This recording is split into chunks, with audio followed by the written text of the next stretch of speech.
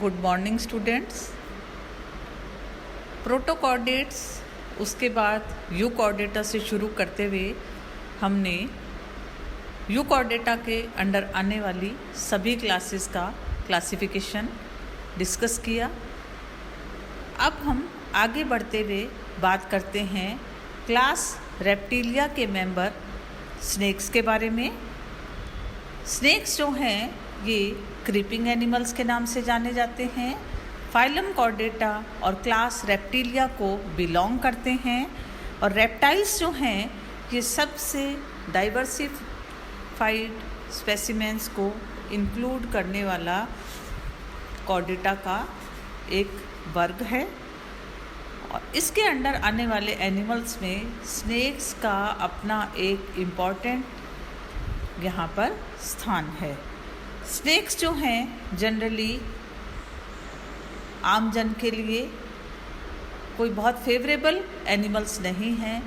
Creeping animals होते हैं, देखने में सुंदर दिखाई नहीं देते हैं, क्रीपिंग क्रिएचर्स हैं।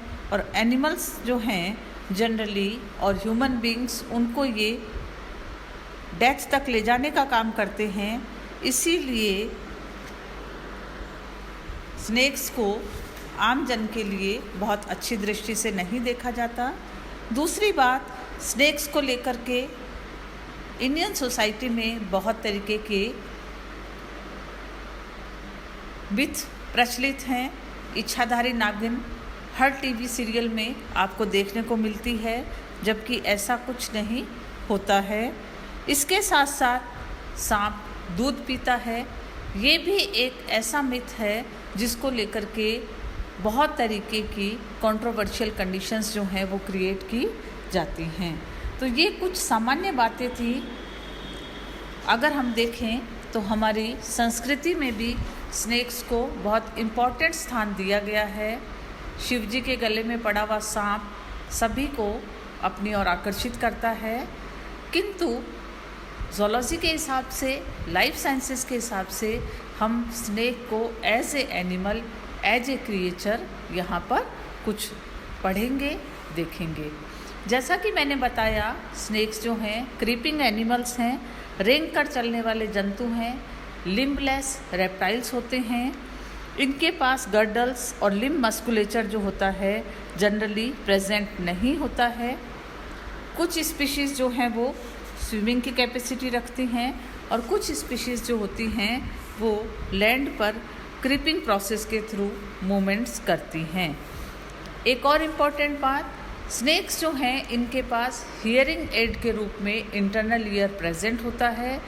एक इंटरनल ईयर जो प्रेजेंट होता है वो लैंड वाइब्रेशंस को आइडेंटिफाई कर पाता है और उसके हिसाब से सांप अपने आसपास किसी शत्रु की उपस्थिति को भांप लेता है। लेकिन संस्कृत भाषा में भी कहा गया है कि स्नेक्स जो हैं वो चक्षुश्रवा, यानी कि वो अपनी आँखों से सुनते हैं, लेकिन ये क्लियर नहीं है। सांप का इंटरनल ईयर जो होता है वो उसे पार्शली हियरिंग की कैपेसिटी प्रोवाइड कराता है। सपेरे के बीन के आगे सांप का नाचना उसको सुनाई के द्वारा नहीं होता है, बल्कि वो बीन के मोमेंट्स जो होते हैं उनके अकॉर्डिंग अपनी बॉडी का जो रिदमिक मूवमेंट है उसे यहाँ पर शो करता है।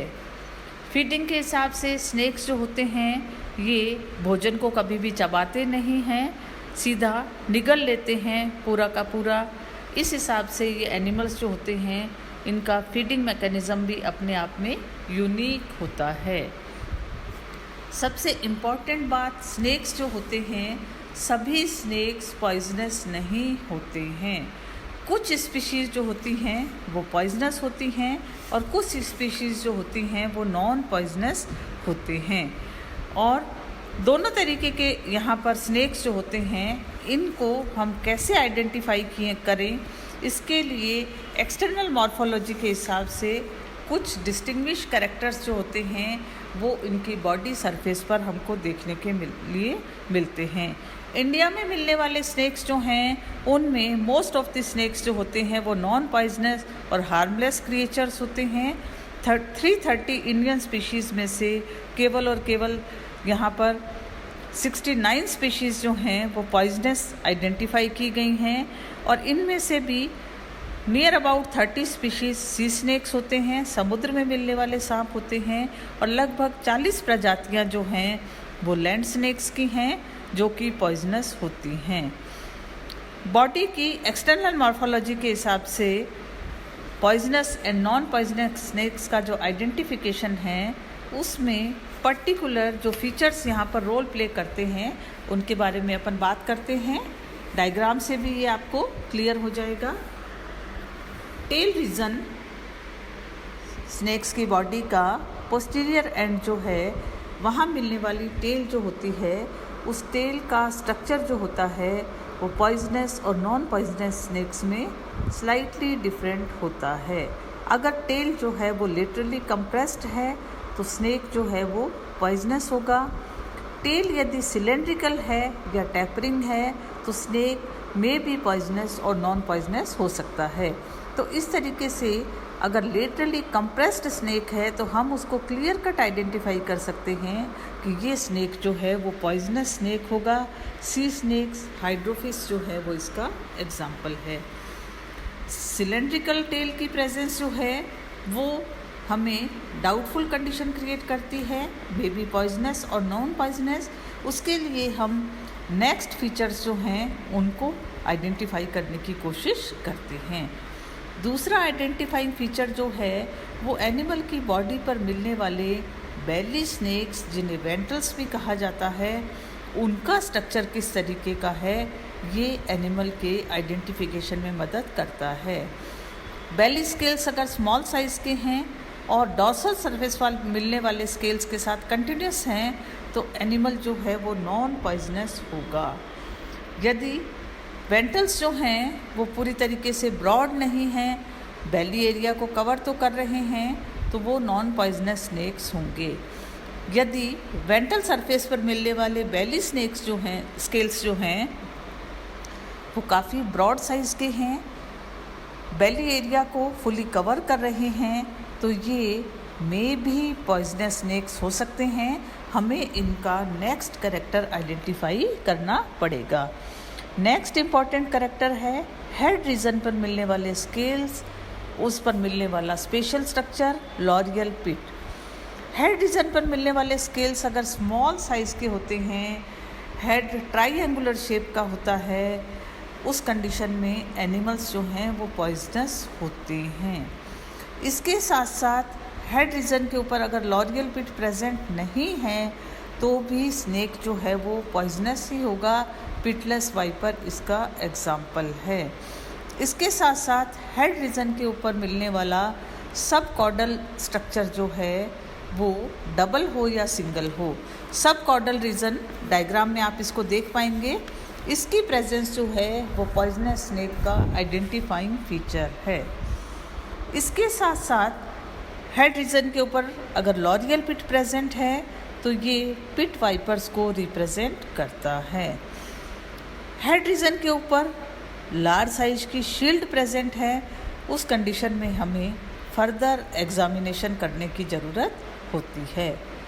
नेक्स्ट इम्पॉर्टेंट कैरेक्टर जो है वो वेंट्रल्स फोर्थ रीजन पर जो प्रेजेंट हैं, यानी कि वर्टिब्रल कॉलम जो है उसका स्ट्रक्चर किस तरीके का है, वो एक्सटर्नली हमें कैसा विजिबल होता है, उसके बेसिस पर उस रीजन पर मिलने वाले जो स्केल्स हैं वो पॉइजनस और नॉन पॉइजनस को आइडेंटिफाई करने में मदद करते हैं। वेंट्रल्स इन लार्ज साइज के हैं, हेक्सागोनल शेप के हैं, इंफ्रा और लेबियल लार्जेस्ट अगर यहाँ पर स्ट्रक्चर है तो स्नेक जो हैं वो पॉइजनस स्नेक होते हैं। वेंट्रल्स बहुत बड़े साइज़ के नहीं हैं, लेकिन थर्ड सुप्रालेबियल टच जो है वो आईज और नॉस्ट्रिल को टच कर रहा है, यानी कि काफ़ी बड़े साइज़ का है जो आई रीजन तक जा रहा है, तो स्नेक्स जो हैं वो पॉइजनस होंगे। नेक रीजन में हुड यानी कि फन प्रेजेंट है और एक स्पेशल टाइप का मार्क जिसको स्पेक्टिकल मार्क कहते हैं वो यदि उपस्थित है तो ये हैं दैट केस स्नेक्स जो हैं वो नॉन पॉइजनस हैं।